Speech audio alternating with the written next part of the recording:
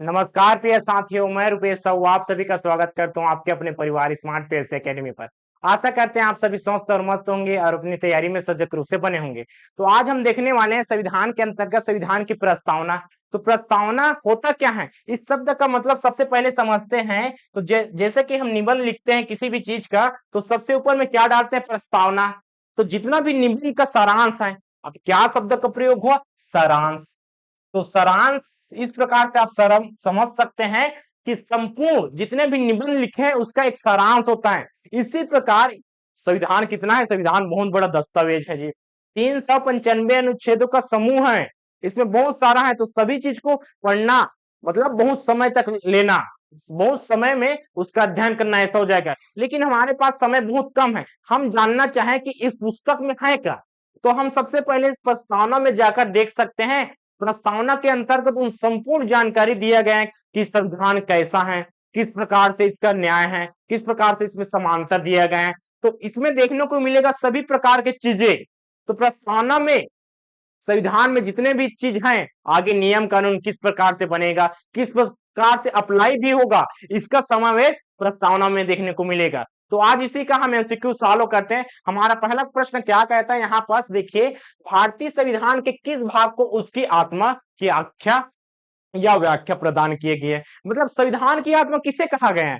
Option है प्रस्तावना, मौलिक अधिकार, राज्य के नीति निर्देशक तत्व, संविधान के सभी अनुच्छेद। तो यहाँ पर याद रखेंगे संविधान की आत्मा किसे कहा गया है, संविधान की आत्मा किसे कहते हैं, संविधान की आत्मा प्रस्तावना को कहा जाता है।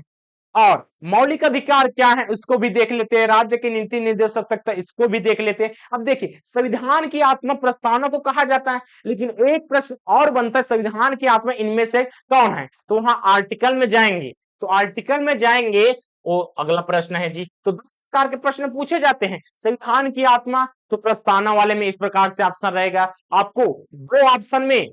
जैसे कि यहाँ पर प्रस्तावना दिया है, तो दूसरा ऑप्शन आर्टिकल 32 को नहीं दिया रहेगा। उसके लिए क्या कहा गया है, संविधान की आत्मा, देखिए इसको भी कहते हैं संविधान की आत्मा, इसको भी कहा जाता है कौन सा, आर्टिकल 32, अनुच्छेद 32 को संविधान की आत्मा कहा जाता है। और ये क्या है, आर्टिकल 32 क्या है, संवैधानिक उपचारों का अधिकार है जी, संवैधानिक उपचारों का अधिकार है, इसको भी याद रखेंगे, संवैधानिक उपचारों का अधिकार इसमें मिलता है। और किसने कहा है, किसने कहा इसको भी याद रख लीजिए, आर्टिकल 32 को किसने कहा, किसने कहा, ये भी प्रश्न पूछा जाता है, किसने कहा संविधान की आत्मा आर्टिकल 32 है। तो याद रखना है डॉक्टर भीमराव अंबेडकर, भीमराव अंबेडकर, अंबेडकर साहब जी, ठीक है। तो संविधान की आत्मा प्रस्तावना की भी कहा जाता है। और इस साइड देखेंगे, अगला प्रश्न हम देखेंगे, संविधान की आत्मा आपके पास अनुच्छेद 32 है, उसको भी कहा जाता है। दूसरा ऑप्शन देखिए, मौलिक अधिकार को क्या कहा जाता है, तो मौलिक अधिकार को संविधान का मैग्ना कार्टा कहा जाता है। क्या इसको संविधान का मैग्ना कार्टा कहा जाता है जी, संविधान का मैग्ना कार्टा। तो ये मैग्ना कार्टा क्या शब्द है, मैग्ना कार्टा का मतलब क्या होता है, किसी भी स्थिति का बदलना ही मैग्ना कार्टा कहलाता है। जैसे कि हम अभी गरीबी स्थिति में हैं, हमें कल की डेट में बटुआ मिल गया, इस प्रकार से हमें धन संपत्ति प्राप्त हो गया या लॉटरी लग गया, तो हम किस वर्ग में चले जाएंगे, अमीर वर्ग में। तो हमारा क्या होगा, जीवन परिवर्तित हो गया, हम गरीब में थे तो अमीर में चले गए। इसी प्रकार से इस शब्द का मतलब होता है परिस्थिति में बदलाव, मैग्ना कार्टा का अर्थ होता है परिस्थिति में बदलाव, परिस्थिति में बदलाव। और अमीर का गरीब हो जाना ऐसा नहीं कहेंगे, अच्छे परिस्थिति में बदलाव, मतलब अमीर वाला गरीब होगा ऐसा नहीं, गरीब वाला ही अमीर होगा, मतलब अच्छे परिस्थिति में अच्छा परिवर्तन ही होगा जी, उसको बोला जाता है मैग्ना कार्टा। तो संविधान का मैग्ना कार्टा मौलिक अधिकार को क्यों कहा जाता है, इसको भी देख लीजिए। अगर कार्यपालिका, विधायिका, संसद इस प्रकार से नियम कानून आप लाते हैं जो आपके अधिकारों का हनन कर देता है, तो कौन से अधिकार, मौलिक अधिकार का अगर हनन करता है तो ये इसके तहत आपको बहुत सारी सुविधाएं में मिल जाएगा, समानता का अधिकार, अपना अपना इस प्रकार से जितना भी अधिकार है मौलिक अधिकार के तहत मिल जाता है। तो अगर इसका अधिकार का हनन करता है तो नागरिक हैं आप, आप हैं भारत की जनता, तो नागरिक कहां पर जा सकता है? इसमें जा सकता है संवैधानिक उपचारों का अधिकार आर्टिकल के 32 के तहत न्यायालय में जा सकता है। डिस्ट्रिक्ट कोर्ट, हाई कोर्ट, उच्च न्यायालय और उच्चतम न्यायालय, सर्वोच्च न्यायालय, इस प्रकार से जा सकता है। और राज्य के नीति निर्देशक तत्व को संविधान का चेतना कहा जाता है जी, इसको भी याद रखेंगे, संविधान का चेतना। संविधान का क्या कहा जाता है? संविधान का चेतना के रूप में नीति निर्देशक तत्व। इसमें क्या चीज है? राज्य क्या करेगा? तो यहाँ राज्य का मतलब है छत्तीसगढ़ राज्य, मध्य प्रदेश राज्य, ऐसा नहीं, कहीं भी संविधान में राज्य शब्द का प्रयोग है, राष्ट्र नहीं है। राज्य का मतलब होता है ऐसा क्षेत्र, कुछ अपना एक विशेष क्षेत्र। इस प्रकार से भारत देश को भी एक राज्य के रूप में देखा जाता है। तो इस प्रकार से राज्य का मतलब क्या है जी? राज्य का मतलब होता है क्षेत्र। तो राज्य के नीति निर्देशक तत्व तो किस प्रकार से आगे होना चाहिए, राज्य को क्या क्या करना चाहिए, इसमें दिया गया है। चलिए अगले प्रश्न की ओर बढ़ते हैं। अगला प्रश्न क्या कहता है? भारत है एक धर्मनिरपेक्ष राष्ट्र, हिंदू राष्ट्र, हिंदू मुस्लिम राष्ट्र, इनमें से कोई नहीं। अपना भारत देश में कौन कौन से धर्म निवास करते हैं, इसको जानिए। कौन कौन से धर्म निवास करते हैं? किसी भी एक धर्म का महत्व है क्या? नहीं है। आप कहीं भी जाएंगे, कहीं पर भी जाएंगे, तो यहाँ भारत देश में क्या है? सभी धर्म के लोग निवास करते हैं जी, सभी धर्म के लोग निवास करते हैं और समान रूप से समान अधिकार के साथ निवास करते हैं। तो यहाँ पर हिंदू भी मिलेगा, हिंदू भी मिलेगा, यहाँ पर आपको क्या मिलेगा? हिंदू भी मिलेगा, मुस्लिम भी मिलेगा, मुसलमान भी मिलेगा, मुसलमान भी मिलेगा, मुस्लिम भी मिलेगा, जैन भी मिलेगा, बौद्ध भी मिलेगा, पारसियन भी मिलेगा, पारसी भी मिलेगा। इस प्रकार से और बहुत सारे धर्म के लोग मिलेंगे। तो यहाँ पर सभी धर्म के लोग निवास करते हैं। इस प्रकार से क्या हो जाएगा? धर्मनिरपेक्ष राष्ट्र हो जाएगा। इसका सही आंसर क्या हो जाएगा? धर्मनिरपेक्ष राष्ट्र। तो धर्मनिरपेक्ष राष्ट्र का अर्थ भी समझिए कि अपना भारत देश का है, अपना कोई किसी भी प्रकार को धर्म को नहीं अपनाएगा। तो यहाँ पर आप हिंदू धर्म के लिए मांग करेंगे। तो संविधान क्या कहता है? संविधान कहता है कि भारत देश धर्मनिरपेक्ष राष्ट्र है, ये किसी भी एक धर्म को नहीं अपनाएगा, सभी धर्म इसके लिए बराबर हैं। इस प्रकार से संविधान है, तब तक आप यहाँ पर समानता का भाव रख सकते हैं और हमेशा ही रहेगा। भारतीय संविधान की प्रस्तावना में समाजवादी शब्द किस संशोधन के तहत जोड़ा गया? 42वां, 44वां, 46वां और 74। तो याद रखेंगे यहाँ पर 42वां संविधान संशोधन को क्या कहा जाता है? हमने देखा था लघु संविधान के रूप में, इसको भी देखा था लघु संविधान। लघु संविधान मतलब इसमें बहुत सारे ऐसे प्रावधान किए गए थे जो सरकार के जितने भी कार्य को बढ़ाया था और सुदृढ़ और अच्छा किया था। तो 42वें संविधान संशोधन कब हुआ था? 1976 में हुआ था जी, 1976। इसका तिथि याद रख लेंगे, इसका तिथि क्या है? 1976। और यहाँ पर एक शब्द है समाजवादी शब्द को जोड़ा गया था। तो इसके तहत कितने शब्द को जोड़े गए थे? इसके तहत तीन शब्द, तीन शब्द को जोड़ा गया था। तो तीन शब्द कौन कौन सा है? तीन शब्द को जोड़ा गया था जी, तो तीन शब्द को याद रखना है। तीन शब्द कौन कौन सा? पहला तो दिया है समाजवादी, पहला क्या है? समाजवादी। दूसरा क्या है? पंथ निरपेक्ष, पंथ निरपेक्ष। और तीसरा कौन सा है? तीसरा है अखंडता, तीसरा है अखंडता।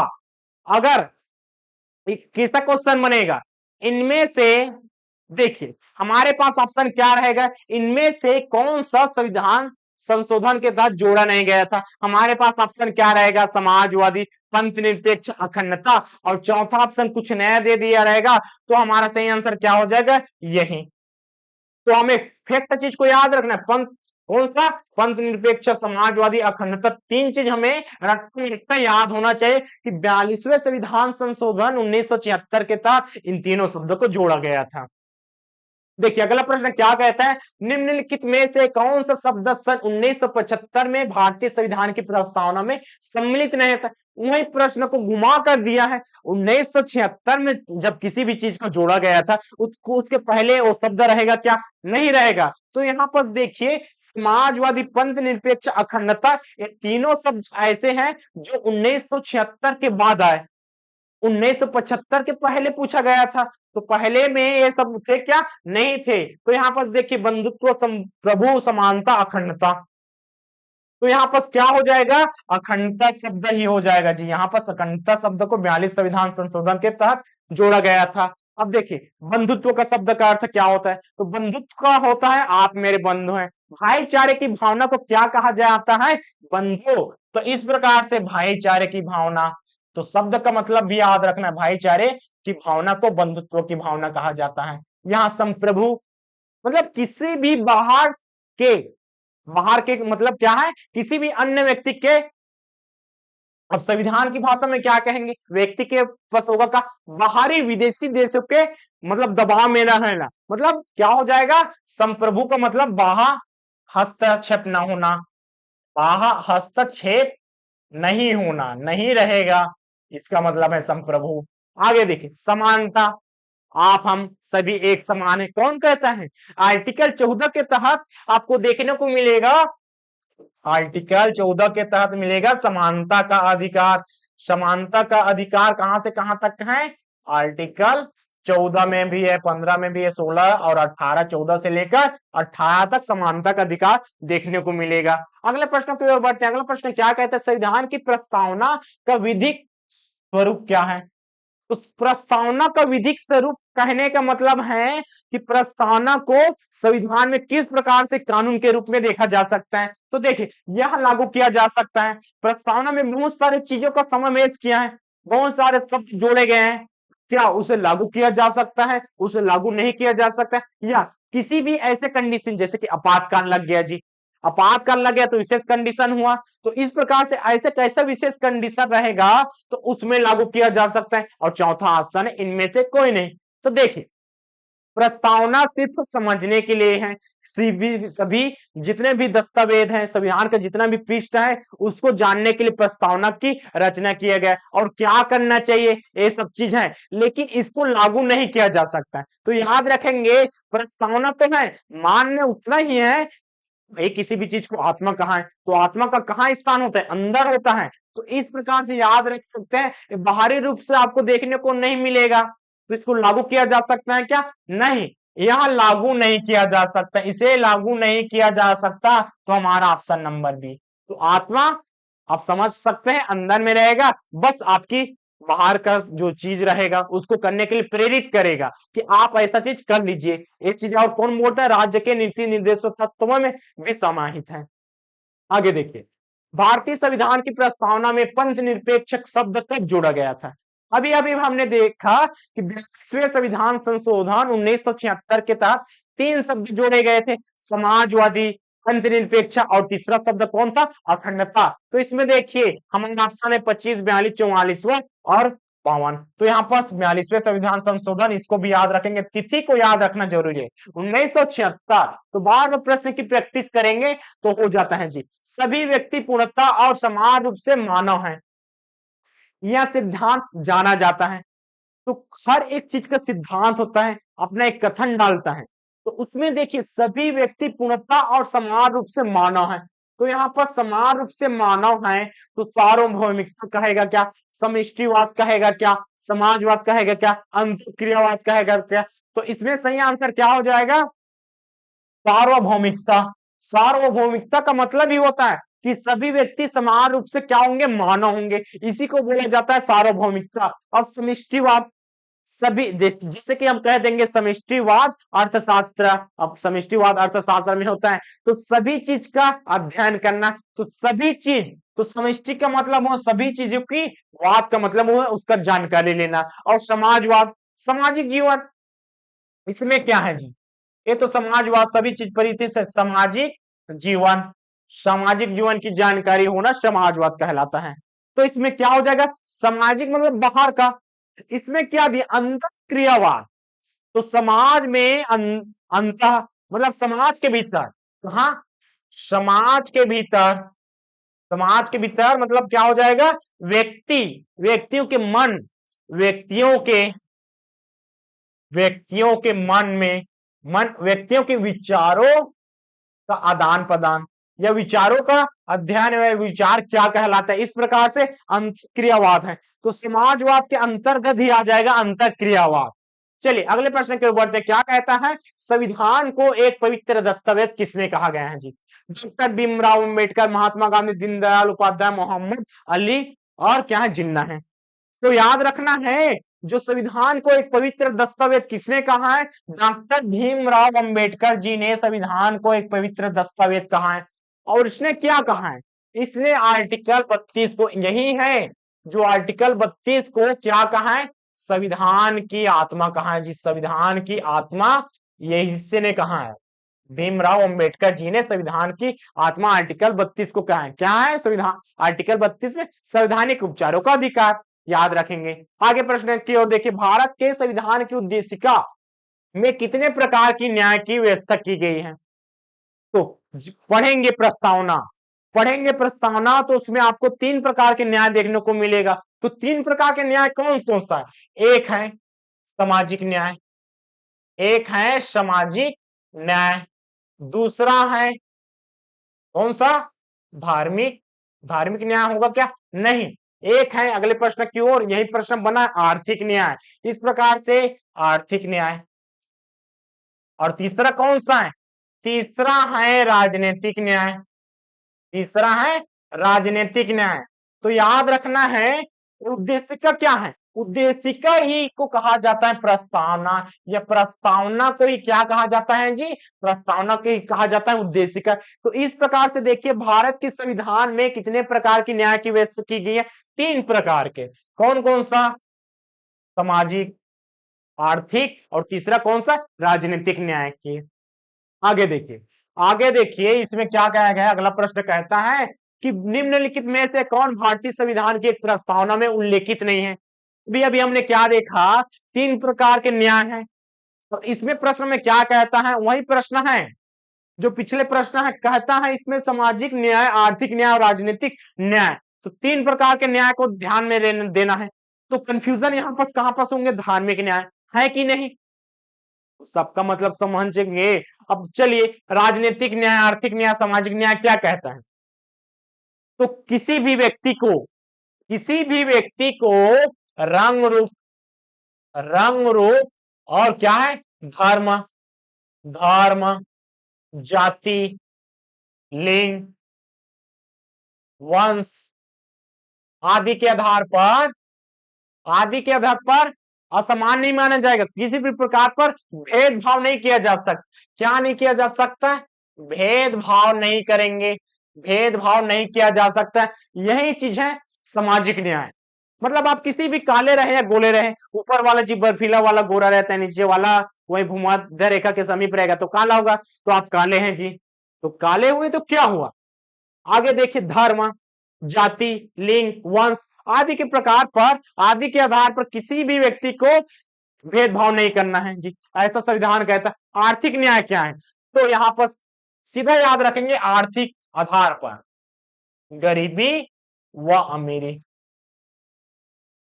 तो कहीं भी होटल में जाएंगे, 5 स्टार में जाएंगे, आपके पास अगर आने नहीं देता तो आप संविधान के तहत आप वहां पर कंप्लेन कर सकते हैं, हमें आने क्यों नहीं दिया जा सका, लेकिन पेमेंट करने के लिए आपके पास पैसा होना चाहिए जी, वहां पास नहीं है।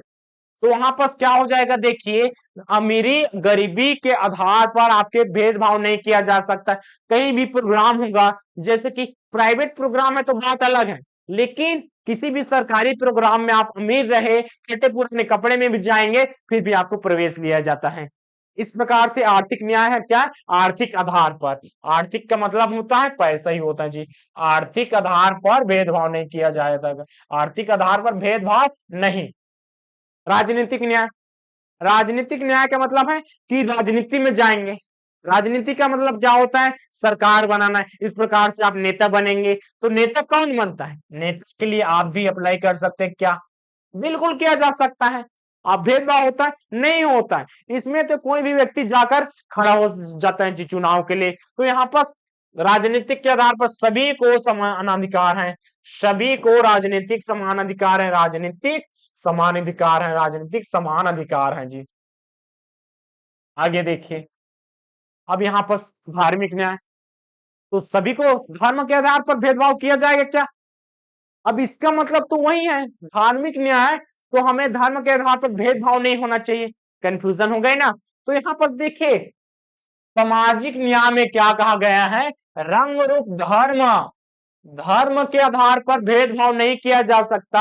इसका मतलब क्या है, धार्मिक न्याय को पहले ही वहां पर इंगित कर दिया गया है जी, पहले ही इंगित कर दिया है, तो इस शब्द को डालने की जरूरत नहीं है। तो हमारा सही आंसर क्या हो जाएगा, ये धार्मिक न्याय, क्योंकि यहाँ पर सामाजिक न्याय के अंतर्गत पहले ही धार्मिक न्याय को ले लिया गया है। आगे देखिए, भारतीय संविधान के किस प्रकार के लोकतंत्र को अपनाया गया है? लोकतंत्र मतलब देखिए संविधानिक राजतंत्र, लोकतंत्र को अपनाया गया है, इसका मतलब है लोकतंत्र मतलब जनता के द्वारा चुना गया शासन। ठीक है, जनता के लिए, जनता के द्वारा चुना गया शासन ही लोकतंत्र कहलाता है। तो संविधानिक राजतंत्र, तो जितने भी राजतंत्र हैं, राजा का शासन, राजा का शासन होगा क्या? नहीं, राजा का शासन होगा ही नहीं, राजतंत्र वाला खत्म हो जाएगा, वंशानुगत वाला भी समाप्त हो जाएगा। देखिए यहाँ पर लोकतंत्र तो है, लेकिन वंशानुगत, वंश के आधार पर, वंश के पीढ़ी दर पीढ़ी, वंश के पीढ़ी और पीढ़ी दर पीढ़ी के आधार पर इसका होगा क्या? नहीं हो सकता। देखिए राजतंत्र वाला खत्म, तीनों ऑप्शन तो ऑलरेडी खत्म हो गए, तो हमारे पास क्या बचे? लोकतांत्रिक गणतंत्र, तो यहाँ पर लोकतांत्रिक भी है जी, गणतंत्र भी है। तो गणतंत्र क्या हो जाएगा? जनता के द्वारा सरकार में जो प्रतिनिधित्व बैठेगा, जो प्रतिनिधित्व करेगा, वो जनता के द्वारा चुना जाएगा। तो हमारा सही आंसर कौन सा हो जाएगा? सही आंसर ऑप्शन नंबर डी। अगले प्रश्न की ओर बढ़ते हैं। भारतीय संविधान की प्रस्तावना के अनुसार भारत के शासन की सर्वोच्च सत्ता, सत्ता कहे या शक्ति कहे, सर्वोच्च सत्ता या शक्ति भी कह सकते हैं, शक्ति किसमें निहित है? तो शक्ति, सबसे ज्यादा शक्ति कौन है, शक्तिशाली सबसे ज्यादा कौन है? तो जो ऊंचे पद में रहेगा वही सबसे शक्तिशाली हो जाएगा जी। तो यहाँ पर राष्ट्रपति है ऑप्शन में, प्रधानमंत्री है, तो यहाँ पर नाम मात्र का कौन है? नाम मात्र का प्रमुख राष्ट्रपति को कहा जाता है, क्योंकि जितने भी काम होता है कौन संभालता है? प्रधानमंत्री जी संभालते हैं। तो शक्ति इसके पास ज्यादा होगा क्या? नहीं, ऐसा नहीं। संसद, संसद के अंतर्गत कौन आ जाएगा? संसद के अंतर्गत तो राष्ट्रपति आता है, आता है ना, संसद के अंतर्गत राष्ट्रपति आता है पहला, दूसरा लोकसभा भी आता है, तीसरा राज्यसभा भी आता है, तो संसद के पास राष्ट्रपति भी है, तो ये ज्यादा शक्तिशाली हुआ क्या?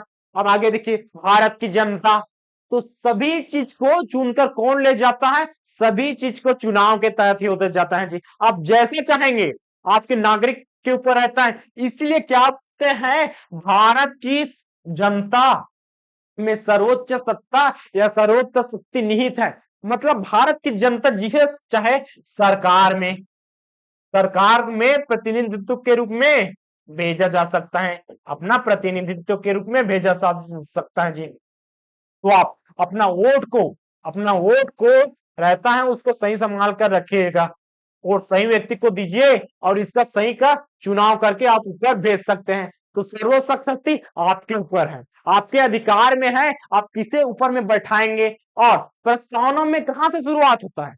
हम भारत के लोग। प्रस्तावना की शुरुआत कहां से होता है?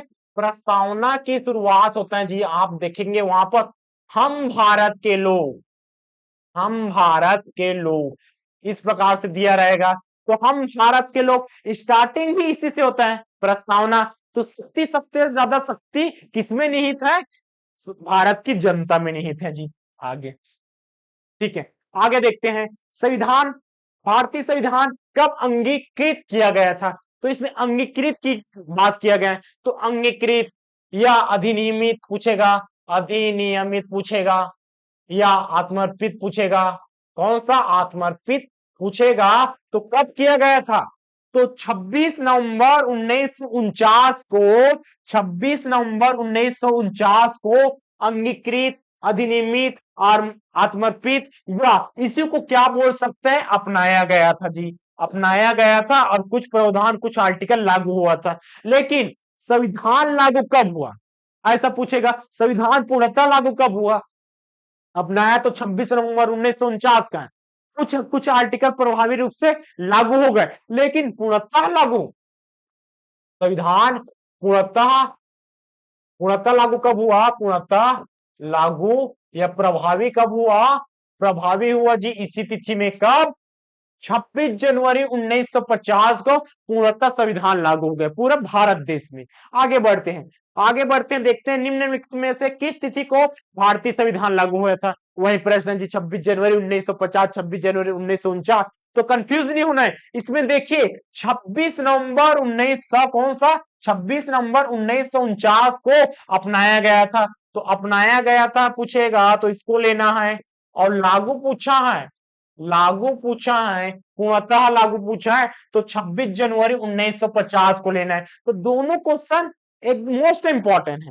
आपस 26 जनवरी 26 जनवरी 26 नवंबर 26 नवंबर दिया है, यहाँ पर 1950 1949 1950 1949 दिया है। इस प्रकार से कंफ्यूजन मिल सकता है, तो यहाँ पर डायरेक्ट याद रखना है। सबसे पहले अपनाएगा, सबसे पहली अपनाएगा तो 26 नवंबर की तिथि याद रखना है 1949।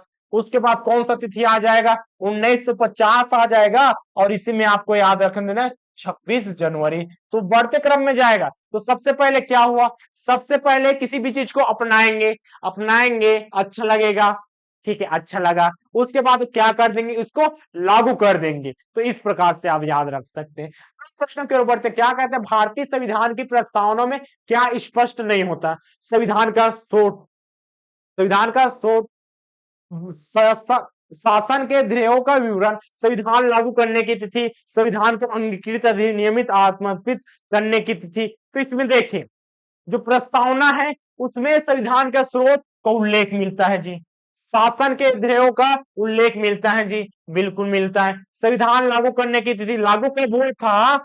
26 जनवरी 1950 को लागू हो गया था। और अंगीकृत अधिनियमित और आत्मर्पित कब किया गया था? इसको किया गया था 26 नवंबर 1949। इसी तीन को 26 नवंबर 1949 को संविधान अंगीकृत अधिनियमित आत्मर्पित किया गया था। तो हमारा ये भी सही है। तो इस वाले तिथि का उल्लेख नहीं मिलता है। कौन सी वाले तिथि का? 26 जनवरी 1950 की तिथि का उल्लेख यहाँ पर नहीं है। किसमें उल्लेख नहीं है? भारत की प्रस्तावना में इसका उल्लेख नहीं है। आगे देखते हैं, आगे देखते हैं धर्मनिरपेक्षता का अर्थ क्या है। तो धर्मनिरपेक्षता का अर्थ क्या होना चाहिए? आगे ऑप्शन में देखिए, राज्य सरकार सभी धर्म के खिलाफ, राज्य सरकार द्वारा एक धर्म को स्वीकार, राज्य सरकार द्वारा किसी धर्म को स्वीकार नहीं, उपरोक्त में से कोई नहीं। तो यहाँ पर ऑप्शन को पढ़िए, राज्य सरकार सभी धर्म के खिलाफ हो सकता है क्या? ये तो इम्पॉसिबल है। किसी भी धर्म का आप विरोध करेंगे तो वहां पर जन का क्या हो जाएगा? विरोध हो जाएगा। इस प्रकार से दंगा हो जाएगा, धर्म का दंगा हो जाएगा। तो यहाँ पर ऑप्शन नंबर तो आएगा नहीं। राज्य सरकार द्वारा एक धर्म को स्वीकार, अगर मान लिया हिंदू राष्ट्र बना लिया, मुस्लिम राष्ट्र बना लिया, जैन राष्ट्र बना लिया, बौद्ध राष्ट्र बना लिया, पारसी राष्ट्र बना लिया, तब की कंडीशन में सिर्फ एक धर्म का मान्यता हो जाएगा। सभी लोग क्या करेंगे? उस धर्म को अपनाना पड़ेगा। अगर नहीं अपनाएंगे तो उसके ऊपर अत्याचार होगा। ये मानव धर्म है क्या? नहीं, मानव धर्म हमेशा क्या कहता है? आप मिलजुल कर भाईचारे की भावना से रहिए, और हम रहते भी आ रहे हैं। तो इस प्रकार से भारत देश हमारा महान है जी, और एक धर्म को स्वीकार तो करता नहीं, और राज्य सरकार द्वारा किसी धर्म को स्वीकार नहीं करता है। ए वाला ऑप्शन एकदम करेक्ट है। ठीक है, आगे बढ़ते हैं। आगे, भारत एक गणतंत्र है, इसका अर्थ क्या है? अब गणतंत्र शब्द का अर्थ भी समझ में आ जाएगा। क्या कहता है? सभी मामलों में अंतिम अधिकार जनता के पास है। भारत में संसदीय शासन व्यवस्था है। भारत में वंशानुगत शासन नहीं है। भारत राज्यों का एक संघ है। तो गणतंत्र का अर्थ समझिए, गणतंत्र का अर्थ है जो सरकार बैठेगा, केंद्र में सरकार बैठेगा, राज्य में सरकार बैठेगा, उसका प्रतिनिधि किसके द्वारा होगा? उसका प्रतिनिधित्व भारत की जनता, भारत की जनता के द्वारा, चुनाव के तहत होगा, चुनाव के तहत होगा, चुनाव के द्वारा प्रतिनिधित्व जाएगा। कौन जाएगा? प्रतिनिधित्व जाएगा, प्रतिनिधि जाएगा। इस प्रकार से तो गणतंत्र का मतलब होता है जनता के द्वारा चुनकर भेजना। तो इसमें देखिए सभी मामलों में अंतिम अधिकार जनता के पास है, ए तो आएगा नहीं। दूसरा, भारत में संसदीय शासन व्यवस्था है, ए भी नहीं आएगा। गणतंत्र का अर्थ पूछा है। और आगे भारत में वंशानुगत शासन नहीं है, वंशानुगत शासन नहीं है, यही तो है जी। अगर चुनाव करके गया तो वहां पर संसद का शासन हो सकता है क्या? नहीं हो सकता। राजतंत्र हो सकता है क्या? नहीं होगा। लोकतंत्र होगा। तो यहाँ पर वंशज का शासन नहीं है, इसे यही सही आंसर है, नहीं है दिया है यहाँ पर। अगला प्रश्न क्या कहता है? भारतीय संविधान की प्रस्तावना का विचार किस देश के संविधान से लिया गया? प्रस्तावना लिखा तो किस देश के तहत लिखा, किस देश को देखकर लिखा, किसका ऐसा प्रस्तावना है जी कि हमारा देश भी वैसा होना चाहिए, हम किसके जैसा कार्य करें। जैसे कि किसी का ध्येय होता है ना कि हम कलेक्टेड बनेंगे, तो किसके अनुरूप बनेंगे? उसके अनुरूप बनेंगे। तो अपना अपना एक होता है जी, आइडल बोलते हैं उसको, आइडल बोलते हैं। किसी को हीरो बनना है तो एक हीरो को आइडल मान लेता है। उसी प्रकार से जब प्रस्तावना लिखा गया, विचार आया, तो उसमें देखिए जो विचार है किस देश से लिया गया? संयुक्त राष्ट्र अमेरिका, ब्रिटेन, कनाडा, आयरलैंड। तो संयुक्त राष्ट्र अमेरिका का जो प्रस्तावना है उसी के हूबहू और उसी के को देखकर, उसके विचार को देखकर हमारा भारत का संविधान की प्रस्तावना लिखा गया है। तो हमारा सही आंसर क्या हो जाएगा? संयुक्त राष्ट्र अमेरिका। अगले प्रश्न की ओर बढ़ते हैं। देखिए, भारतीय संविधान की प्रस्तावना की भाषा किस देश से लिया गया? अभी हमने क्या पढ़ा? अभी हमने पढ़ा यहां पर देखिए, हमने देखा संविधान का विचार, संविधान का विचार हमने संयुक्त राष्ट्र अमेरिका लिखा। हमने कौन से लिखा? विचार पूछेगा तो क्या आ जाएगा? संयुक्त राष्ट्र अमेरिका, संयुक्त राष्ट्र अमेरिका आ जाएगा। विचार बोला तो ठीक है। आगे ये तो विचार हो गया, लेकिन यहां पर क्या पूछता है? भाषा। तो इस प्रकार से हमारे पास दो क्वेश्चन बन गए जी। प्रस्तावना से संबंधित इसी में देखिए, अगर स्रोत पूछा, स्रोत पूछा, किसका स्रोत? विचार किस देश से लिया गया? तो संयुक्त राष्ट्र अमेरिका लेना है। और अगर भाषा की बात करेगा तो हम किसको लेंगे? ऑस्ट्रेलिया को। तो भाषा कहां से? ऑस्ट्रेलिया, ऑस्ट्रेलिया इसका सही आंसर। ठीक है, एक बात याद रखना है, विचार संयुक्त राष्ट्र अमेरिका और भाषा ऑस्ट्रेलिया। आगे प्रश्न की ओर देखते हैं। अंतिम प्रश्न, भारतीय गणतंत्र की प्रकृति किस प्रकार की है? तो गणतंत्र है, अब इसका प्रकृति कैसा है जी, उसकी आत्मा के तहत देखते हैं। देखिए इसकी प्रकृति किस प्रकार से? तो गणतंत्र है, चुनाव करके भेजेंगे प्रतिनिधित्व का। तो इसकी प्रकृति देखिए, लोकतंत्रात्मक गणराज्य है कि नहीं? बिल्कुल है। लोकतंत्र होता है कि नहीं? बिल्कुल है जी, लोकतंत्र तो है। तो हमारा ए वाला। लेकिन आगे बढ़ते जाइए, संपूर्ण प्रभुत्व संपन्न, ए भी है। धर्मनिरपेक्ष, सभी धर्म को समान रूप से मानता है, ए भी है। तो ए भी है, ए भी है। लोकतंत्रात्मक गणराज्य, ए भी है जी। ठीक है, तो लोकतंत्रात्मक गणराज्य ऑप्शन नंबर ए में भी है और ऑप्शन नंबर बी में। इसके साथ इसमें धर्मनिरपेक्ष राष्ट्र भी है, संपूर्ण प्रभुत्व संपन्न राष्ट्र भी है। तो हमारा ऑप्शन बी भी सही हो गया। ठीक है, तो ए वाला तो आएगा नहीं, आएगा लेकिन इसमें समाहित हो गया। अब अगले प्रश्न में देखिए, संपूर्ण प्रभुत्व संपन्न लोकतंत्रात्मक गणराज्य है, ए भी है जी।